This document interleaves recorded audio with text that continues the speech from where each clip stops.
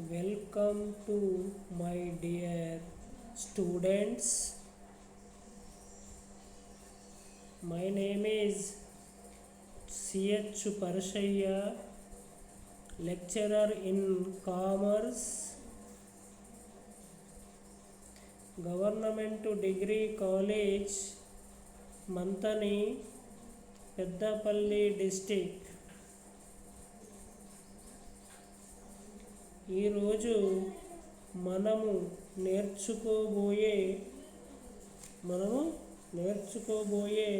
పాఠ్యాంశము ఏమిటి అని చూసినట్లయితే బీకామ్ ఫస్ట్ ఇయర్ సెకండ్ సెమ్లోని బిజినెస్ లాస్ వ్యాపార చట్టాలు అనే సబ్జెక్టులో మనకి కాంట్రాక్టు భంగమునకు నివారణోపాయాలు, remedies for breach of contract భంగమునకు నివారణోపాయాలు, దీన్ని ఇంగ్లీష్లో remedies for breach of contract అని పిలవడం జరుగుతుంది. దీంట్లో మనము డెఫినేషన్ అంటే నిర్వచనము, తరువాత నివారణోపాయాలకు సంబంధించిన సమాచారములో మనకి ఉండడం జరుగుతూ ఉంటుంది. అదేవిధంగా ఇక నష్టపరిహారాలను అంచనా వేయడానికి ఉపయోగించే సూత్రాలు అనేవి మనకి ఉండడం జరుగుతూ ఉంటుంది. అంటే ఇందులో ఏమేమి నేర్చుకుంటాం మనం ఇక్కడ? పరిచయం ఒకటి, అంటే పరిచయం అంటే ఇక్కడ డెఫినేషన్గా భావిస్తాం. అదేవిధంగా నివారణోపాయాలు ఏమిటి, మరి ఆ నివారణోపాయాల్లో మనకి కొన్ని 5 రకాలుగా ఉన్నాయి. 5లో మళ్ళీ సబ్ డివిజన్స్ ఉండడం జరిగింది. తరువాత నష్టపరిహారాలను అంచనా వేయడానికి ఉపయోగపడే సూత్రాలు అనేవి ఉన్నాయి. ఇవి మనము ఈరోజు నేర్చుకోవటము జరుగుతుంది. మొదట కాంట్రాక్టు భంగము అంటే ఏమిటి? కాంట్రాక్టు భంగము అంటే ఏమిటి అని చూసినట్లయితే, ఏ పార్టీ అయినా కాంట్రాక్టు నిర్వర్తించడంలో అశక్తత చూపినట్లయితే కాంట్రాక్టు అమలుకు భంగం వాటిల్లుతుంది. కావున కాంట్రాక్టుకు చెందిన పార్టీలు వారి విధులను నెరవేర్చకపోవటం వల్ల కాంట్రాక్టుకు వాటిల్లే అవాంతరాన్నే కాంట్రాక్టు భంగము లేదా బ్రీచ్ ఆఫ్ కాంట్రాక్ట్ అంటాం.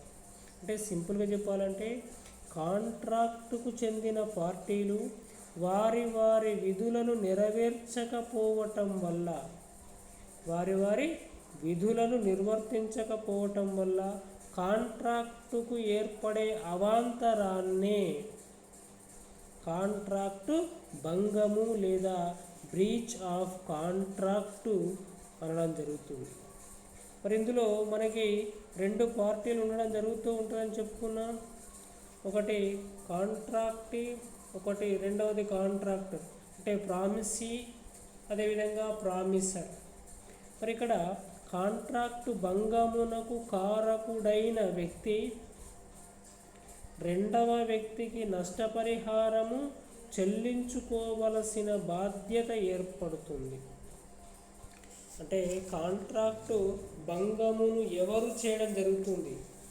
మొదటి పార్టీయా, రెండవ పార్టీ, లేదా మొదటి వ్యక్తియా, రెండవ వ్యక్తి? ఏ వ్యక్తి అయితే కాంట్రాక్టు భంగమునకు కారకుడవుతాడో ఆ వ్యక్తి తప్పనిసరిగా రెండవ వ్యక్తికి నష్టపరిహారాన్ని చెల్లింపు చేయవలసిన అవసరం ఏర్పడుతుంది.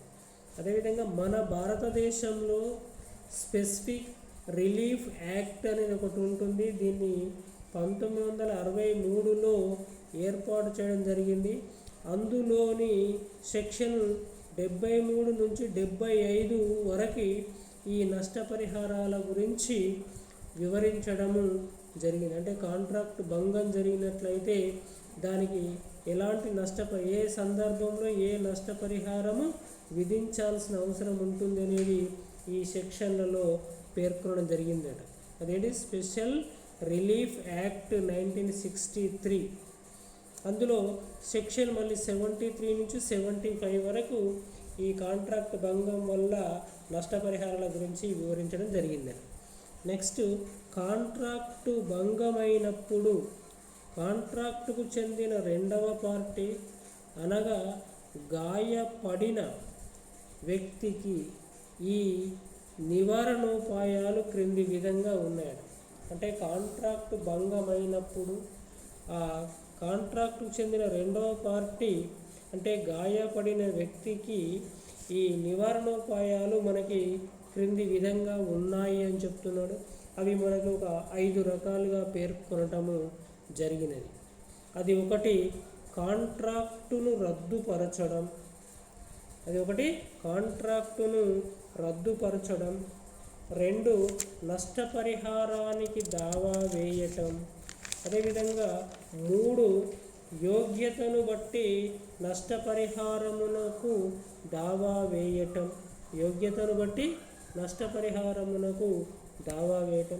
4వది కాంట్రాక్టును నిర్దిష్ట విధంగా పూర్తి చేయడానికి దావా వేయటం. 5, నిషేధపు ఉత్తర్వునకు దావా వేయటం. ఇవి నివారణోపాయాలు, కాంట్రాక్టు భంగమునకు నివారణోపాయాలుగా మనం వీటిని పిలవడం జరుగుతుంది. మరి ఆ కాంట్రాక్టు భంగమునకు నివారణోపాయాల్లో మొదటిది ఏమని చెప్తున్నాడు? కాంట్రాక్టును రద్దు చేసుకోవటం. దీన్ని ఇంగ్లీష్లో రెసిషన్ ఆఫ్ కాంట్రాక్ట్ అంటాం. మరి ఆ కాంట్రాక్ట్ రద్దుపరచడం అంటే ఏమిటి, అందులో ఏ పాయింట్స్ ఉన్నాయనేది మనం ఇక్కడ చూసినట్లయితే, కాంట్రాక్టు భంగము జరిగినప్పుడు కాంట్రాక్టుకు చెందిన రెండవ పార్టీ తన బాధ్యతలను నిర్వర్తించవలసిన అవసరము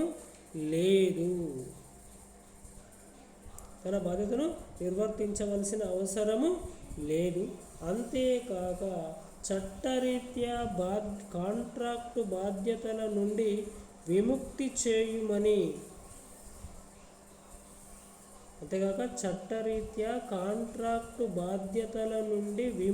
చేయుమని కోర్టులో దావా వేసుకొని కాంట్రాక్టును రద్దుపరచుకోవచ్చు. సరే, కాంట్రాక్టు భంగం జరిగినప్పుడు కాంట్రాక్టుకు చెందిన రెండవ పార్టీ తన బాధ్యతను నిర్వర్తించవలసిన అవసరం లేదు. అంతేగాక చట్టరీత్యా కాంట్రాక్టు బాధ్యతల నుండి విముక్తి చేయుమని కోర్టులో దావా వేసుకొని కాంట్రాక్టును రద్దుపరచుకోవచ్చు. ఈ విధంగా కాంట్రాక్టును రద్దుపరచడం అని చెప్పబడుతుంది. అయితే కోర్టు కాంట్రాక్టును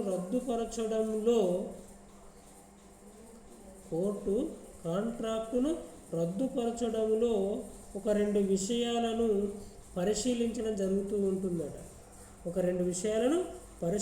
జరుగుతుందట. అదేంటిదట?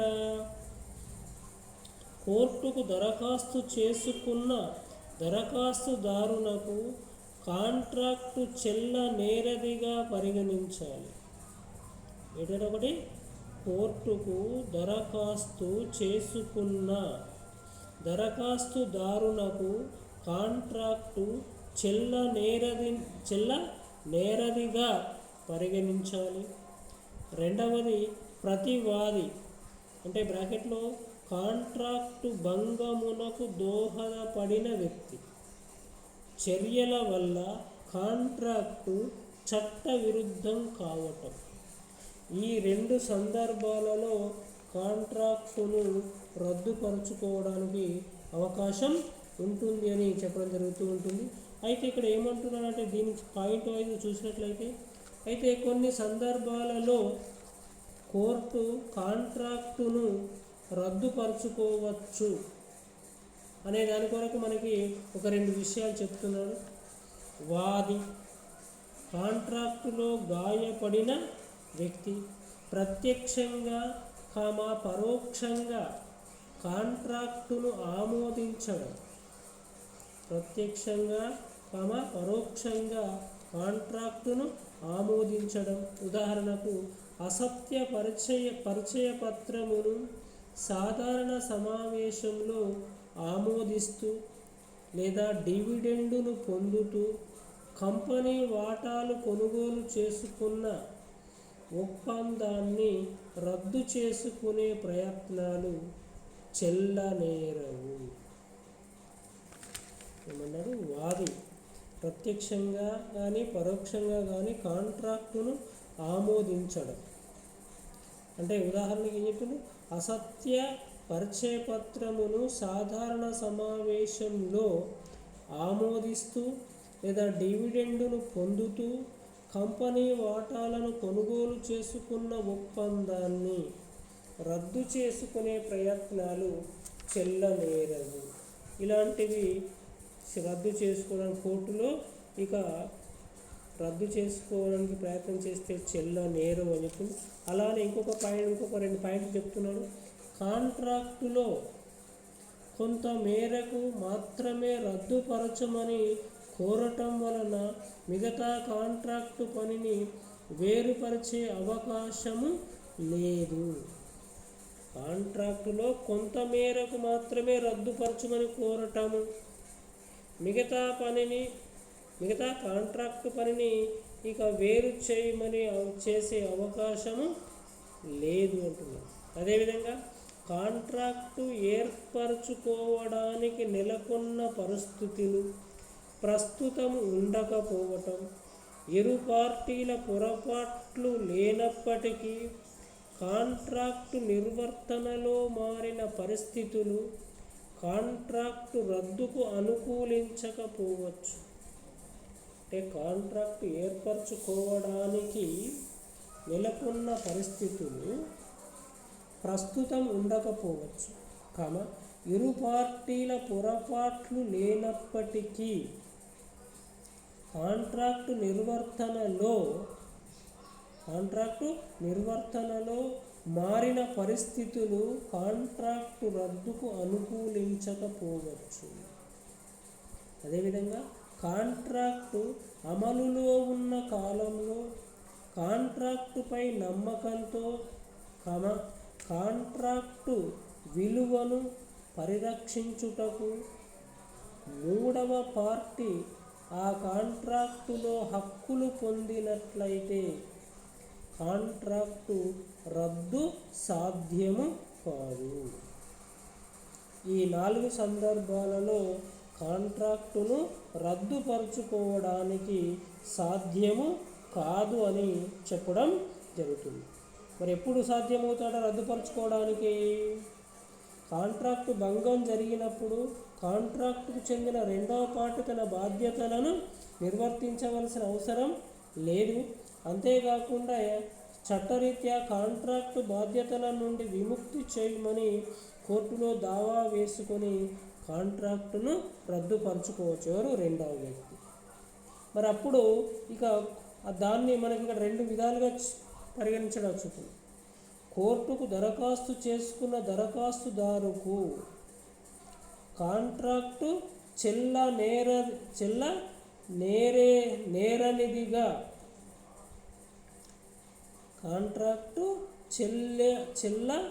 నేరదిగా పరిగణించాలి.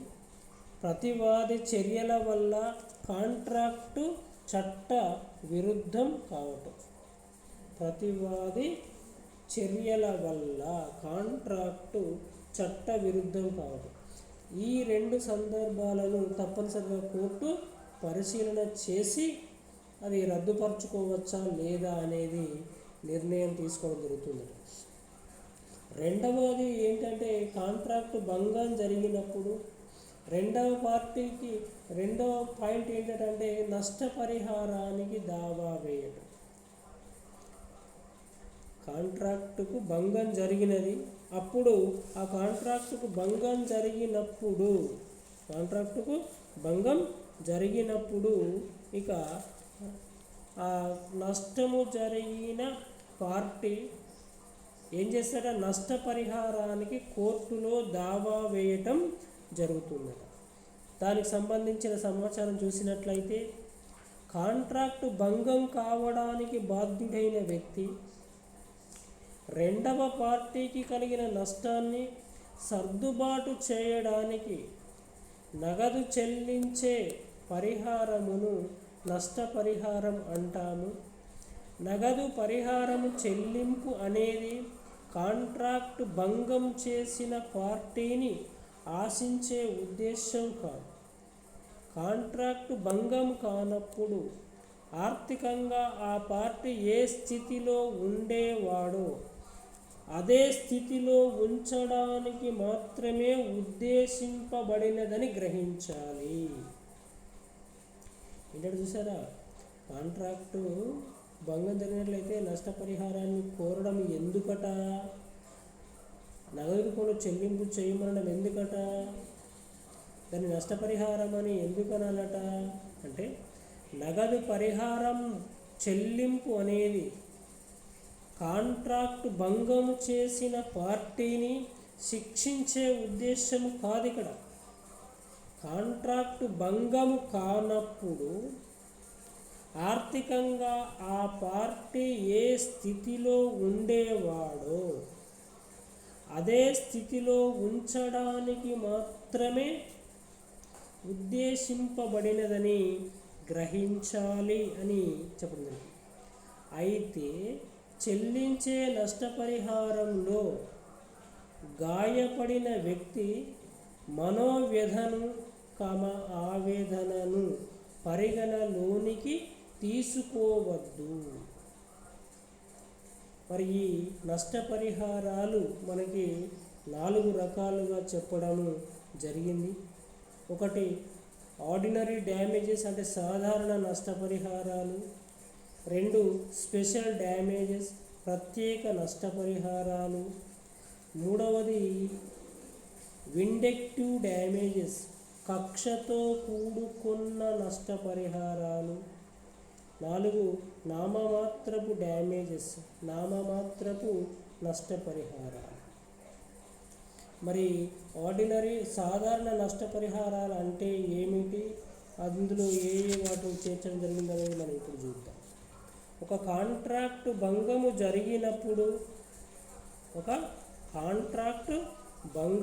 జరిగినప్పుడు గాయపడిన వ్యక్తికి సాధారణ పరిస్థితులలో ప్రత్యక్షంగా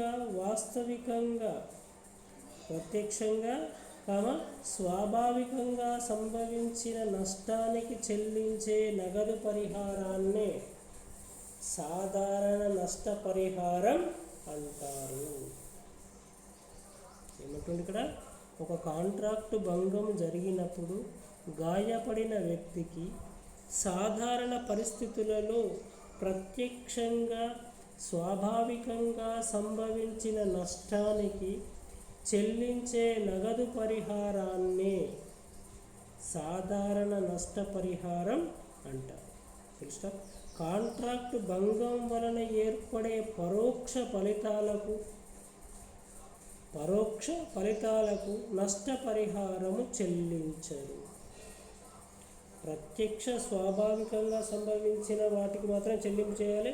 పరోక్షంగా నష్టపరిహారం పరోక్షంగా ఏర్పడే నష్టానికి నష్టపరిహారాన్ని చెల్లింపు చేయాల్సిన అవసరం లేదు.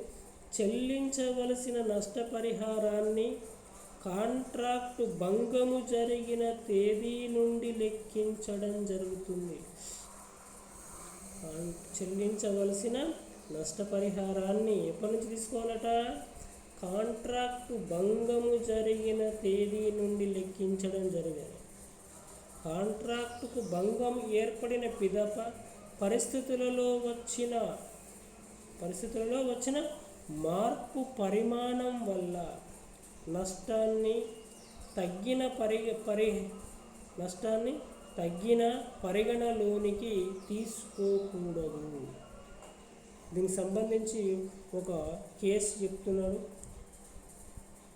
Isaac Illahi versus East India Railway Company, Isaac Illahi versus East India Railway Company కేసును ఇక చెప్పుకున్నట్లయితే, ఈ కేసులో కొన్ని టపాకాయలు దీపావళి సందర్భంగా కాన్పూర్ నుండి అలహాబాదుకు రైల్వే పార్సల్ ద్వారా పంపారు. కాన్పూర్ నుండి అలహాబాదుకు రైల్వే పార్సల్ ద్వారా పంపారు. కానీ ఆ టపాకాయలు దీపావళి ఆశించిన విధంగా అలహాబాదుకు పండగ లోపుగా చేరలేదు. తత్ఫలితంగా ఐజాక్ ఇల్లాయ్ తనకు రావలసిన లాభమును పోగొట్టుకోవటంతో కోర్టులో దావా వేసిన కోర్టు పోగొట్టుకున్న లాభమునకు నష్టపరిహారం ఇవ్వవలసిన అవసరం లేదని, యథార్థ నష్టానికే నష్టపరిహారము చెల్లించాలని తీర్పు చెప్పింది. యథార్థ నష్టాన్ని కొనుగోలు ధర, విక్రయ ధరకు మధ్య గల వ్యత్యాసంగా కోర్టు నిర్ణయించినది. అంటే కొనుగోలు అమ్మకం ధర మధ్య వ్యత్యాసము, అంటే ఈ లాభం ఏ విధంగా ఉంటుందో ఆ లాభము, వీళ్ళు అమ్ముకుంటే ఎంత లాభం వచ్చేదో ఆ లాభాన్ని మాత్రమే ఇక్కడ చెల్లింపు చేయమని లేదా నష్టపరిహారంగా భావించి చెల్లింపు చేయమని కోరడం జరిగింది. ఈ విధంగా జరిగే నష్టపరిహారములను మనం ఇక్కడ ఏమనడం జరుగుతుందంటే సాధారణ నష్టపరిహారము అనడము జరుగుతూ ఉంటుంది. మరి అదేవిధంగా ప్రత్యేక నష్టపరిహారం మరి ప్రత్యేక నష్టపరిహారము స్పెషల్ డ్యామేజెస్ అని దేన్ని అంటాము, ఏ విధంగా ఉంటుందని చూసినట్లయితే, ప్రత్యేక పరిస్థితులలో కాంట్రాక్టు ఉల్లంఘన ఏర్పడే పరోక్ష నష్టాలకు కూడా నష్టపరిహారం చెల్లిస్తారు. ప్రత్యేక పరిస్థితులలో కాంట్రాక్టు ఉల్లంఘన జరిగినట్లయితే ఆ ఉల్లంఘన వల్ల జరిగే నష్టాలను మనం ఇక్కడ ప్రత్యేక నష్టపరిహారాలు అంటారు. ఇవి ప్రత్యక్ష లేదా పరోక్ష నష్టాలను కూడా పరిగణలోనికి తీసుకోవటము జరుగుతూ ఉంటుంది అని చెప్తుంది. అంటే కాంట్రాక్టు ఏర్పరచుకునే ముందు కాంట్రాక్టు భంగం వల్ల ఏర్పడే లాభములోని లోటును వ్యక్తం చేసినప్పుడు మాత్రమే నష్టపోయిన లాభాన్ని వసూలు చేసుకోవచ్చు. ఏమంటున్నాడు? కాంట్రాక్టు ఏర్పరచుకునే ముందు కాంట్రాక్టు భంగం వల్ల ఏర్పడే లాభములోని లోటును వ్యక్తం చేసినప్పుడు మాత్రమే నష్టపోయిన లాభాన్ని వసూలు చేసుకోవచ్చు అని చెప్పడం జరిగింది. ఈ విషయానికి సంబంధించి ఒక కేసు చెప్తున్నాడు. Madras Railway Company versus Govindarao case. అదేంటిదట అంటే, వారం వారం జరిగే ఒక సంతకు టైలర్ తన కుట్టు యంత్రాన్ని కొన్ని గుడ్డలను చేరవేయమని రైల్వే కంపెనీకి అప్పగించింది. కానీ ఆ వస్తువులు ఆ నిర్దేశిత ప్రాంతంలో సంత అయిపోయిన తరువాత చేరినాయి. టైలరు తాను కోల్పోయిన లాభాన్ని ఆర్థిక నష్టాన్ని రైల్వే కంపెనీని కోరడమైనది. అయితే టైలరు ప్రత్యేక పరిస్థితులను ముందుగా కంపెనీకి తెలియజేయలేదని, ప్రత్యేక నష్టపరిహారము ఇవ్వనవసరము లేదని కోర్టు తీర్పు ఇచ్చినది.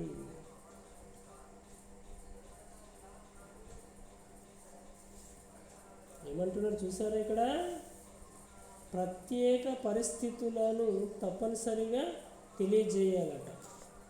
ఆ ప్రత్యేక పరిస్థితులు ఏమిటి అంటే, మనకి ఈరోజు సంత జరుగుతుంది, అది ఇన్ని గంటలకే జరుగుతుంది, ఇన్ని గంటల లోపే ఇక్కడ ఉండాలి, లేదంటే ఆ తరువాత వచ్చినట్లయితే దానివల్ల ప్రయోజనం ఏమీ లేదు, దానికి నష్టపరిహారం చెల్లింపు చేయాలి అనే పదాన్ని ఇక్కడ చెప్పలేదు. ఓన్లీ ఏమన్నాడు, పలానా వారం సంత జరుగుతూ ఉంటుంది, ఆ సంతలో నేను ఈ మిషన్ ఆధారంగా స్టిచ్చింగ్ చేసి బట్టలను అందించాల్సిన అవసరం ఉంటుంది, కాబట్టి ఆ టైంకి మీరు అందించండి, ఆ రోజుకి అందించండి అని చెప్పడం జరిగింది.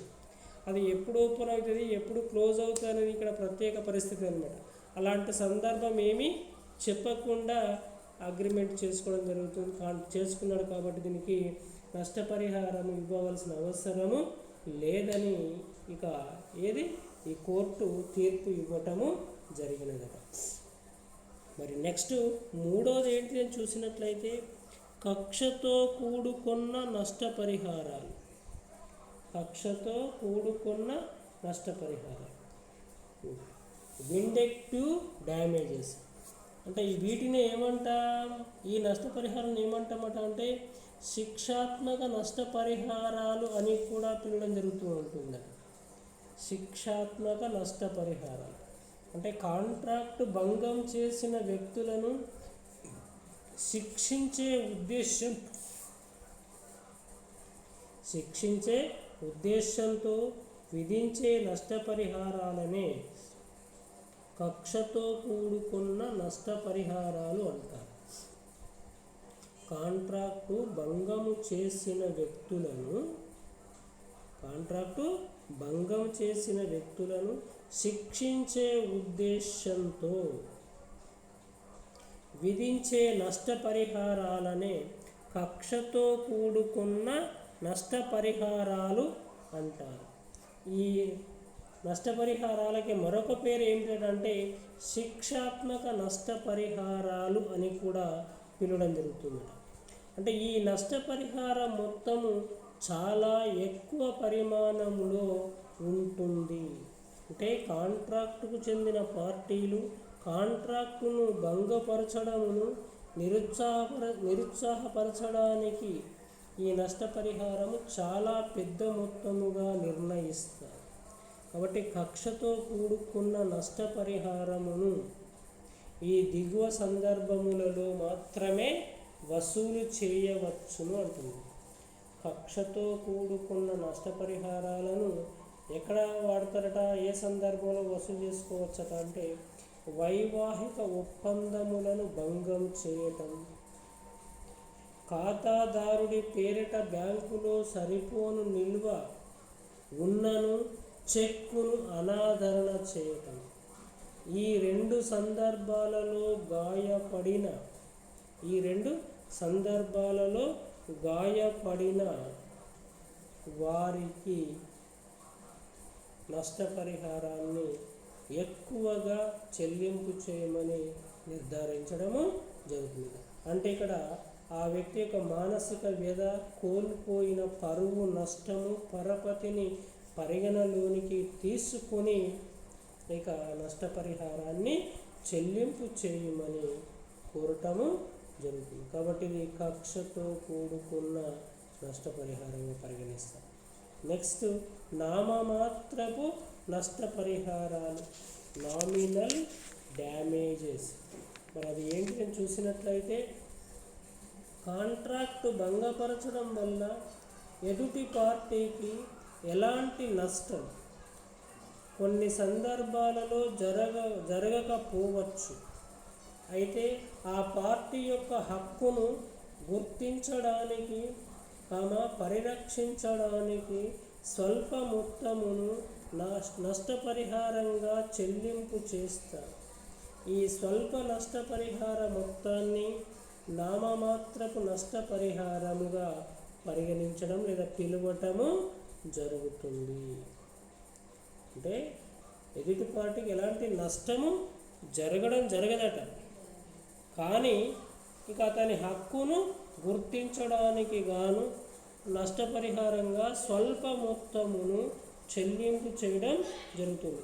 ఈ విధంగా స్వల్ప నష్టపరిహార మొత్తాన్ని మనం ఏమని చెప్పుకుంటామట అంటే నామమాత్రపు నష్టపరిహారముగా పిలువటము జరుగుతూ ఉంటుంది. దీని తర్వాత ఏంటి అని చూసినట్లయితే మనకి నష్టపరిహారాలను అంచనా వేయడానికి ఉపయోగపడే సూత్రాలు మనకి ఉన్నాయి అంటున్నారు. నష్టపరిహారాలను అంచనా వేయడానికి సూత్రాలు, ఆ సూత్రాల గురించి మనకు ఒకటి ఉంటుందని చెప్పుకున్నాం ఇంతకుముందే. అది మనకి ఏది 1963 ఏంటిదట అదేంటి స్పెషల్ రిలీఫ్ యాక్ట్ 1963లో పేర్కొనడం జరిగిందని చెప్పుకున్నాం చూసారా. దాన్ని ఆధారంగా చేసుకొని నష్టపరిహారాలు అంచనా వేయడానికి ఉపయోగపడే సూత్రాలు ఉన్నాయని చెప్తే అవి 73 to 75 సెక్షన్ అని చెప్పుకుని చూసారా. అంటే ఇక్కడ మనము సరే ఏంటి సూత్రాలను చూద్దాం. కాంట్రాక్టు భంగం వాటిల్లినప్పుడు దానికి బాధ్యుడైన వ్యక్తి గాయపడిన వేరొక పార్టీకి నష్టపరిహారము చెల్లించాల్సి ఉంటుంది. అయితే మరి ఈ నష్టపరిహారం మొత్తం ఎంత ఉండాలి అనేది ప్రశ్నార్థకంగా మిగులుతుంది. కావున కాంట్రాక్టు చట్టములోని సెక్షన్ 73 నుండి సెక్షన్ 75 వరకు నష్టపరిహారం మొత్తాన్ని నిర్ణయించుటకు గల సూచనలు లేదా సూత్రాలు తెలియజేస్తాయి. ఆ సూత్రాలు మనకి కింద వివరించడం జరిగినది. అవి మనకి ఒక ఎన్నున్నాయో చూసినట్లయితే మనకి ఒక 12 ఉన్నాయి. కానీ ఇక్కడ మనకి మనం ఫోటో పెట్టుకున్నది మాత్రం ఎన్ని ఉన్నాయంటే ఒక 5-6 పెట్టుకోవడం జరిగినది.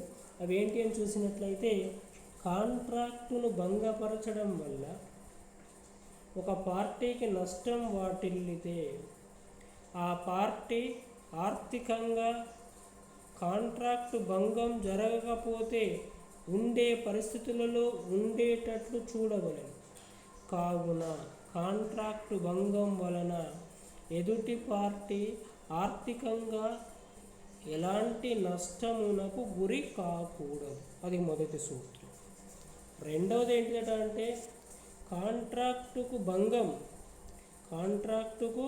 భంగం వాటిల్లినప్పుడు నష్టపరిహారం కోరే హక్కు నష్టపోయిన వ్యక్తికి ఉంటుంది.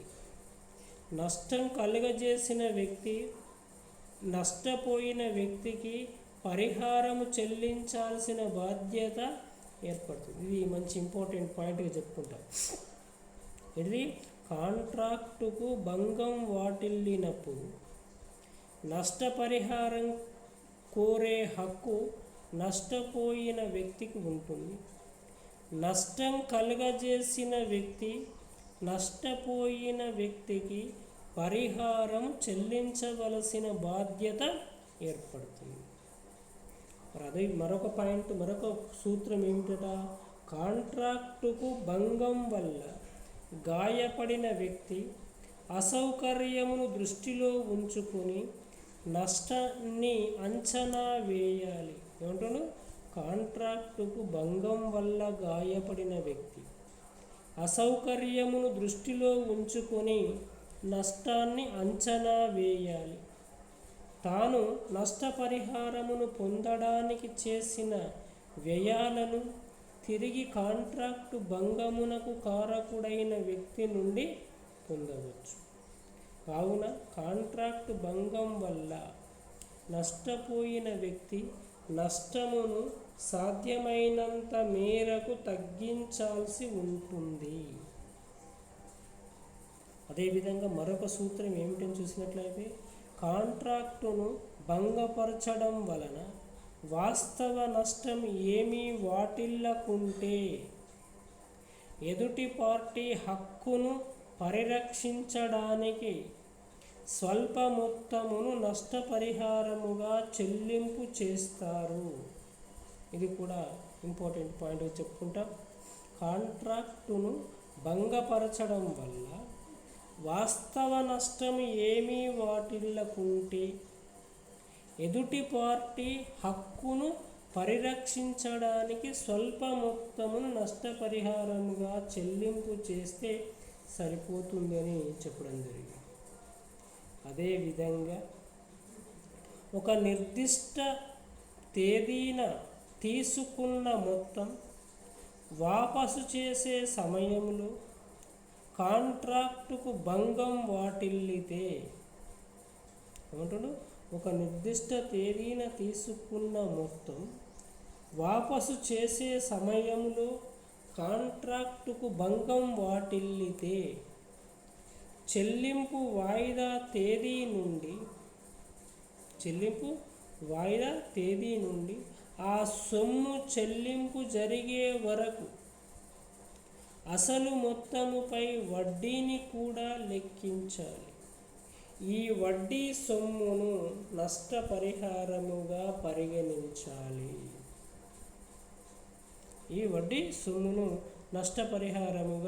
పరిగణించాలి. అదేవిధంగా కాంట్రాక్టు భంగము జరిగితే ఎంత నష్టపరిహారం ఇవ్వాలో ముందుగా నిర్ణయించుకుంటే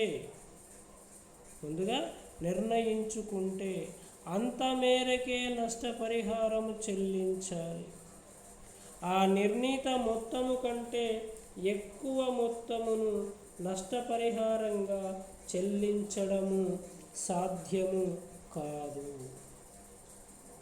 అదేవిధంగా ఊహాతీతమైన జూద సంబంధ వ్యవహారాలపై నష్టపరిహారాల చెల్లింపు జరగదు.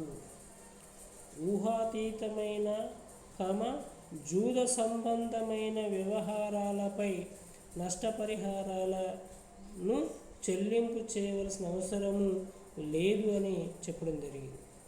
అదేవిధంగా సేవా కాంట్రాక్టుల భంగం విషయంలో యజమాని నిర్ణీత కాలం కంటే ముందుగానే ఉద్యోగిని తొలగించవచ్చు, లేదా ఉద్యోగి గడువు కాలం కంటే ముందుగానే తన ఉద్యోగమునకు రాజీనామా చేయవచ్చు. ఈ సందర్భములో యజమాని అయినా ఉద్యోగి అయినను ఆ పూర్తి కాని కాంట్రాక్టు కాలమునకు మామూలుగా తీసుకునే జీతం ఆధారంగా నష్టపరిహారము చెల్లిస్తారు. యజమాని అయినా ఉద్యోగి అయినా ఆ పూర్తి కాని కాంట్రాక్టు కాలమునకు మామూలుగా తీసుకునే జీతము ఆధారంగా నష్టపరిహారాన్ని నిర్ణయిస్తే సరిపోతుంది అంటున్నాను. అదేవిధంగా వస్తువులను చేరవేసే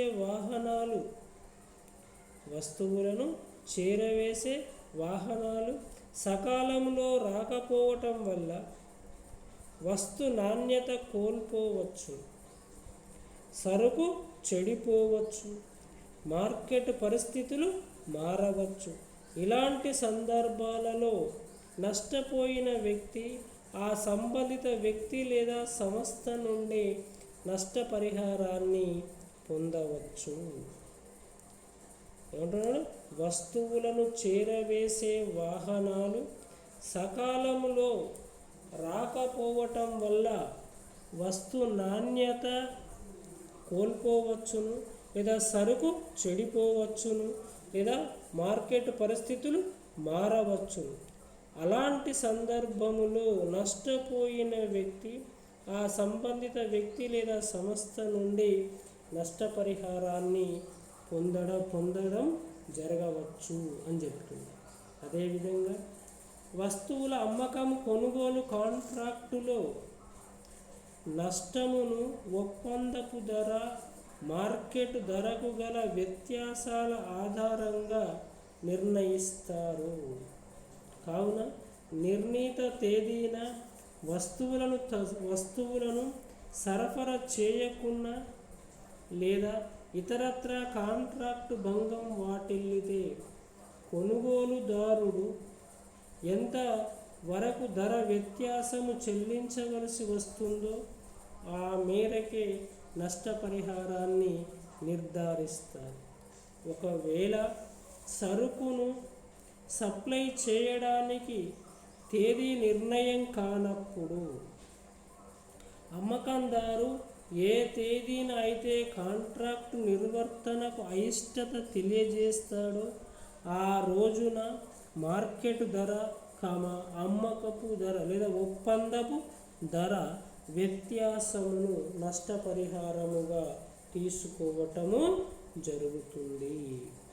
అదేవిధంగా కాంట్రాక్టు చేసుకున్నప్పుడే ఆ కాంట్రాక్టును భంగం చేస్తే జరిగే నష్టాన్ని ఊహించినప్పుడు లేదా కాంట్రాక్టు భంగం ఆ నష్టానికి సమీప కారణము అయినప్పుడు నష్టపరిహారాన్ని చెల్లింపు చేయాలని హార్డ్లీ వర్సెస్ బక్సండలే కేసులో చెప్పడం జరిగింది. ఒకవేళ నష్టానికి సుదీర్ఘ కారణాలు ఉన్నప్పుడు నష్టపరిహారం చెల్లింపు చేయవలసిన అవసరము లేదు అని పేర్కొనడం జరిగింది. అదేవిధంగా మరొకటి ఏంటంటే నష్టపరిహారం చెల్లింపు అనేది కాంట్రాక్టు భంగమునకు బాధ్యుడైన వ్యక్తిని శిక్షించడం కొరకు కాదు. నష్టపరిహారం వాస్తవంగా ఆ పార్టీ నష్టపోయిన మొత్తానికి మాత్రమే సరిపడే విధంగా ఉండాలి. అంటే గాయపడిన వ్యక్తి యొక్క నిరుత్సాహాన్ని దెబ్బతిన్న మనోభావాలను పరిగణించకుండా అయితే ఈ అంశాలను వైవాహిక కాంట్రాక్టులలో ఖాతాదారు బ్యాంకరు కాంట్రాక్టులతో మాత్రమే పరిగణిస్తారు. అంటే ఇక్కడ కాంట్రాక్ట్ నష్టపరిహారం చెల్లింపు అనేది ఇక బాధ్యుడైన వ్యక్తిని శిక్షించడం కోసం కాకుండా ఆ పార్టీ నష్టపోయిన మొత్తానికి ఇక ఆ వ్యక్తి నిరుత్సాహపరచడం జరిగినట్లయితే లేదా దెబ్బతిన్న మనోభావాలను పోగొట్టుకోవడానికి చేయాల్సిన అవసరం ఉంటుంది. ఈ రెండు అంశాలు మనకి ఎక్కడ అంటే వైవాహిక కాంట్రాక్టులలో కానీ లేదా ఖాతాదారు బ్యాంకరు కాంట్రాక్టులలో మాత్రమే ఈ ఉండటము జరుగుతూ ఉంటుంది అని చెప్తుంది. కాబట్టి ఈ విధంగా మనము నష్టాలను అంచనా వేయడానికి సూత్రాలుగా మనము వాడడం జరుగుతూ ఉంటుంది. మరి ఈ విధంగా మనం ఈరోజు ఏం నేర్చుకున్నాము? కాంట్రాక్టు భంగము అంటే ఏమిటి, కాంట్రాక్టు భంగమునకు నివారణోపాయాలలో కేవలము మనం ఏం నేర్చుకున్నాం? ఇప్పుడు రెండు అంశాలు మాత్రమే నేర్చుకున్నాం. కాంట్రాక్టును రద్దుపరచడము, కాంట్రాక్టు నష్టపరిహారానికి దావా వేయటం. ఈ తర్వాత 3 అంశాలు తర్వాత క్లాసులో మనము నేర్చుకుందాం. ఓకేనండి. Thank you one and all. Thank you one and all.